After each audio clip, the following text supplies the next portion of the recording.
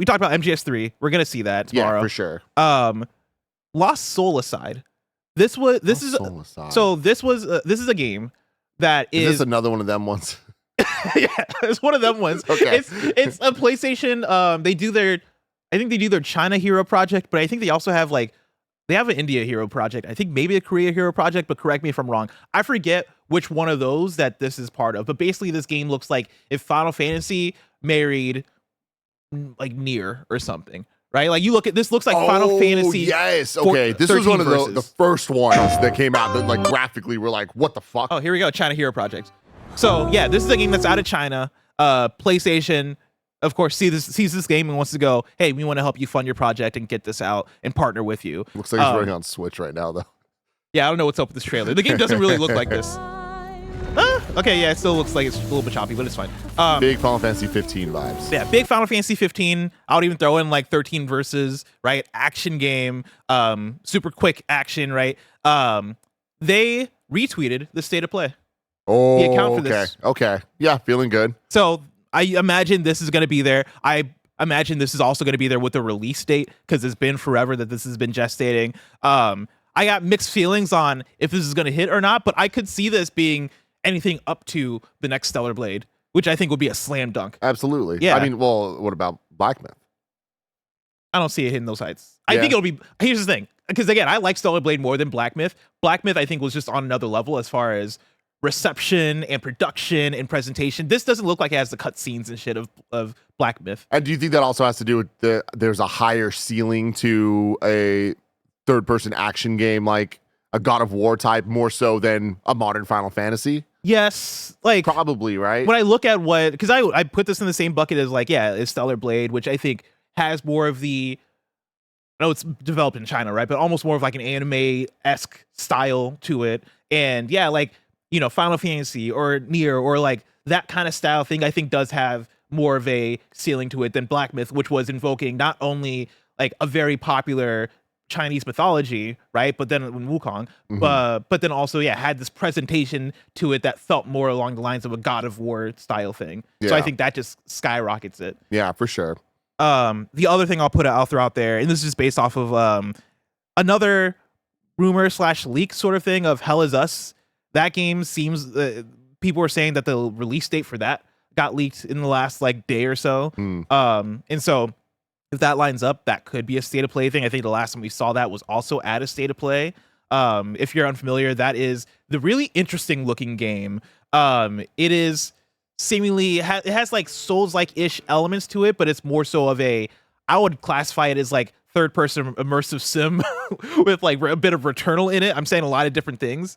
Is this Hell Is Us? Oh, it is. Fast forward it a little bit to like where some of the gameplay is. So yeah, this is one I could see showing up as well. One that I pray is there is A Midnight Walk. Kev, can you bring up A Midnight Walk on YouTube? Real quick, this is what Hell Is Us is, right? Like cool looking action game. That's right. That's right. I forget it's like a big name developer or big name like lead designer that's working on this. And this is the one that like as they like set up the trailer, it sounds like one of those like impossible to actually pull off games, right? 1000%. Is it Warren Spector? Chat, let me know. But what was the game you said? A Midnight Walk. A Midnight Walk, yeah. So this is one that they showed at, I want to say, a state of play, the last state of play or something. And yeah, Kev, can you look at the date on this one? Oh, yes. 4 months ago, yeah. So it must have been at the last state of play. This is the one that's a PSVR game, but you can also just play it without VR. And it's this like, it's from the creators of Lost in Random, and it has this amazing stop motion look to it. I am super, super excited for this. This looks really cool. So I hope that we see more of it, because this was definitely one of those ones that they announced and we're all like, oh, that looks cool. And it's like, all right, when are we going to hear about it again, Correction for myself. Hell Is Us is directed by Jonathan Jacques Bellette. All right, let's see them super chats. I'm pretty sure, Kev, can you actually just scroll to the end of this? I want to see what like time frame or whatever they gave on it. But it looks dope as hell, right? It looks super cool. It is interesting though that they didn't mention PSVR. I'll just wish this now. in the blog. Yeah, no, they didn't. Just straight up PS5. Yeah, usually they So- say PSVR too. So maybe this isn't there, but I don't know. Maybe I who mean, it's knows? based Yeah. PS5 as well, so. Yeah. All right, let's look at these super chats here. Whoa, we got a bunch of them. Thank you so much. CJ Splitson says prediction 2025 is the year of the ape with no escape. Wow. I don't see it. I think what y'all got last year is the closest you sickles are gonna get with Ape Escape. I'm You're sorry. the ape with no escape. What does that mean? He wants an Ape Escape. Oh. I Yeah. thought he was trying to do something deeper there. Maybe Like he the was. no escape, that sounds like some kind of like Eminem bar of like you got to read in between the lines. I mean, you're gonna have Metal Gear Solid Delta with the Ape Escape mode in there, Yeah. so maybe that's what they're talking about. Oh, that's true. Yeah. That is true. Damn. Oh yeah, and that's gonna be a big part of the state of play, I'm sure. Or not big part of the state of play, But like the that'll split be a second that we fun- already saw. yeah, that'll be a fun part of the trailer. I guess I didn't watch the leaked trailer, so I Oh don't yeah, know you how see it the goes. ape. Hell He's yeah. there. Fuck yeah. This episode's brought to you by Rocket Money. Missing out on a show that everyone's talking about isn't an option for people like me. So many of us are constantly signing up for this streaming service or that streaming service, and then a few months later realize that we're still paying for the service long after we finish the show. Rocket Money has helped multiple members of Kind of Funny learn that they were still paying for things that they totally didn't even realize. Rocket Money is a personal finance app that helps find and cancel all of your unwanted subscriptions. It monitors your spending and helps lower your bills so you can grow your savings. You can see all of your subscriptions in one place and know exactly where your money is going.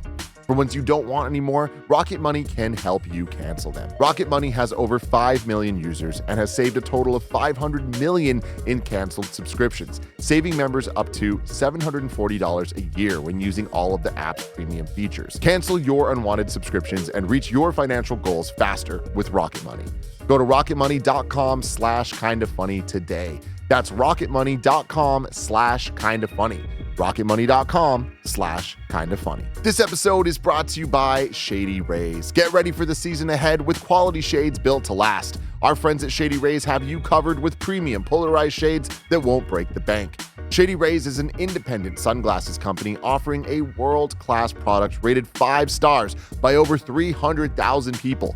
Their shades have durable frames and crystal clear optics, making them the perfect choice for all outdoor adventures. Plus, if your shades ever go missing or take an unexpected hit, don't sweat it. They have the most insane protection in all of eyewear. Every pair is backed by lost or broken replacements. Y'all know I've been outside in the sun a lot playing Pokemon Go, and it is such a great experience wearing Shady Rays when I'm out and about looking all dope. Exclusively for you, Shady Rays is giving out their best deal. Head to shadyrays.com and use code FUNNY for 35% off polarized sunglasses. Try for yourself the shades rated 5 stars by over 300,000 people. Again, go to shadyrays.com, use code FUNNY to get 35% off polarized sunglasses. shadyrays.com, promo code FUNNY. This episode's brought to you by BetterHelp. When you are having serious conversations with the people in your life, we often hear them talk about red flags that we should avoid. But what if we focus more on looking for green flags in friends and partners? If you're not sure what they look like, therapy can help you identify green flags, actively practice them in your relationships, and embody the green flag energy yourself. Some of my best friends use BetterHelp and love how helpful it can be for learning positive coping skills and how to set boundaries. It empowers you to be the best version of yourself, and it isn't just for those who've experienced major trauma. If you're thinking of starting therapy, give BetterHelp a try. It's entirely online, designed to be convenient, flexible, and suited to your schedule, and it serves over 5 million people worldwide. Discover your relationship green flags with BetterHelp. Visit betterhelp.com/kindafunny to get 10% off your first month. That's BetterHelp, HELP.com/kindafunny. BetterHelp.com/kindafunny. Kebab says at 40 million, it feels like the big one for the year. Oh, 40 minutes. Oh, 40 minutes. Yeah, I mean, that's true. That's true. Like, that's a good amount of time. We've seen like 40-minute state of plays waste their time before.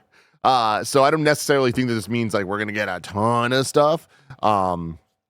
Based on what we've talked about already, I'm already like bumping up my expectations to, I think this is going to be good. Like, I think this is going to be, like, if Hell Is Us is there and Lost Soul Aside is there and the Metal Gear Solid Delta trailer is there, already I'm like, that's kind of good. Yeah, it just, again, I feel like state of plays often get so like kneecapped from leaks.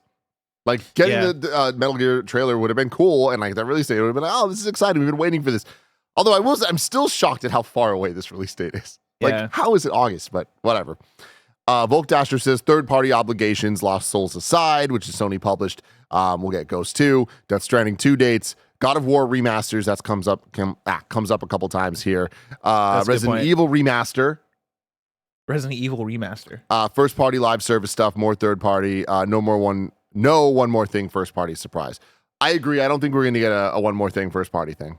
Like, I don't think there's any like major first-party announcement that we're going to like pop off for. And I think that's where, going back to Kebab's thing of this, it feels like the big one for the year. I think a big one for the year would have that like one more thing first party thing, and I think we'll get that in May or June during the regular Summer Game Fest time. Yeah, and that one more thing, Marathon. It's coming out it's in a few months. Coming out in August. Woo! Yeah. Okay, let's look through this here. So the Resident Evil remaster or Resident Evil 9, one or the other. What remaster would it be? There's been rumors of 0. Okay. There's always rumors of 1. And those would be remakes? Those would be remasters? Well, they've already remastered those. So they'd be remakes. Okay. There's also all those leaked SKUs for Resident Evil 5 and 6 remastered, I think, or something like that. But that's probably what they're talking about here. But I mean, I think there's been a lot of smoke recently around like a proper Resident Evil remake. And it looking like it's 0. I don't fully buy it, but maybe. I'm still of the mind that Resident Evil 9's next. Yeah. But that could be announced tomorrow. Would not be surprised at all. I'd be a little surprised. But why? Like, think about the history of Resident Evil games being announced. Where do they get announced? Oh, state of play. Random state of play. You're right. There was that year where it was announced in like a December state of play. That was Resident Evil 3, and then there was another random one that Resident Evil 4 was announced. Yeah. So, and Village as well, if I remember correctly. I guess it depends on the timing of release on why I would be surprised. Because, like, I guess if we're talking about a Resident Evil 9 coming out this fall, then yeah, I think you would announce it now. Yeah. But if we're talking about, like, it's coming out spring of next year. Oh, I think it's... I mean, it's this year for sure. I still... Well, not for sure, but okay. I do think it's this year. I really think it's this year. Right. Then yeah, I think that'd be a slam dunk. I think that would close the state of play. If it's not this year, we would have went 2 full years without a Resident Evil. Well, that's why I come back to the like Resident Evil remasters of you get the Resident Evil 5 and 6 remasters, which I know sounds lame. It is lame, but like, you know, those come out this year. I wouldn't count those though. Like those don't count in terms of like what I'm saying of like Resident Evil has been essentially annualized for either a remake or a new iteration, new installment. Yeah. Right. So the remasters, those are just kind of, you know. But like, I guess my thing is, I wonder if they're just taking more time this time. Maybe. They are like, hey, we want to make sure. Not that because Village did well, as far as I understand. Yeah. Right. So like, it's not like they have to remake the wheel, but I wonder if it is a thing of maybe they don't want to do the boring. I forget the main character's name, but they don't want to. Winters. Yeah, they're not. Ethan Winters isn't going to be the main character of this one. Like, let's use this as a chance to kind of redefine and like, you know, re-envision what Resident Evil can be and really like get our shit right with 9. And in the meantime, let's release some remasters in 2025 and then come back in 2026 with a bang. So let's do the Resident Evil 5 and 6 remasters announced at State of Play right now, and then in May you announce Resident Evil 9. Yeah, potentially. Like, definitely something in there that all makes sense to me. Do you think that we see the first party live service stuff? No. I get summer vibes from that. I think we see Marathon next, and I think Marathon is summer showcase or summer state of play. It is a tough thing, though, of how do you show that off after Concord was such a blunder. Good word for that. Yeah. Raul says God of War Grease trilogy remake. This is another one where like there's been so much commotion about this, but I don't know where the source of the commotion is. Because I don't know if you've seen this. There's been multiple rumors. One that the God of War 1 through 3 are going to get remade or remastered in some way, shape, or form for PS5. The other is that just the next God of War game is prequel. Where it is prettier and like more in the style of the new ones, but you were young Kratos in Greece. I don't think that gets announced tomorrow. That's wild. That sounds so wild. Yeah. But the trilogy remaster, I think we're going to get it. I just don't know if now's the time. I think that makes sense. Yeah. I mean, speaking of remasters though, Days Gone. Oh. Yeah. Lock it. Fucking lock it. It's shocking that that's been rumored for so long at this point. Yeah, you're right. Like, that definitely I think that'll be here tomorrow. You know what else I think is going to be here? What's I that? said this jokingly. Our last predictions for something. I don't remember what it was. We're going to get a Last of Us remaster of some sort. And I'm Wait, serious. What else could they remaster? I don't know, but they're going to put out something new for Last of Us because the show's coming out so soon. But I don't think anything's left, right? I mean, a dual pack. Oh my God. Part 1 and 2. Last of Us, the full fucking collection so far, remastered again. This is what I want. If you're going to remaster a Last of Us thing, obviously, the Last of Us online multiplayer game, you canceled it. It's not coming to fruition. Go back and just remaster the Last of Us 1 multiplayer mode.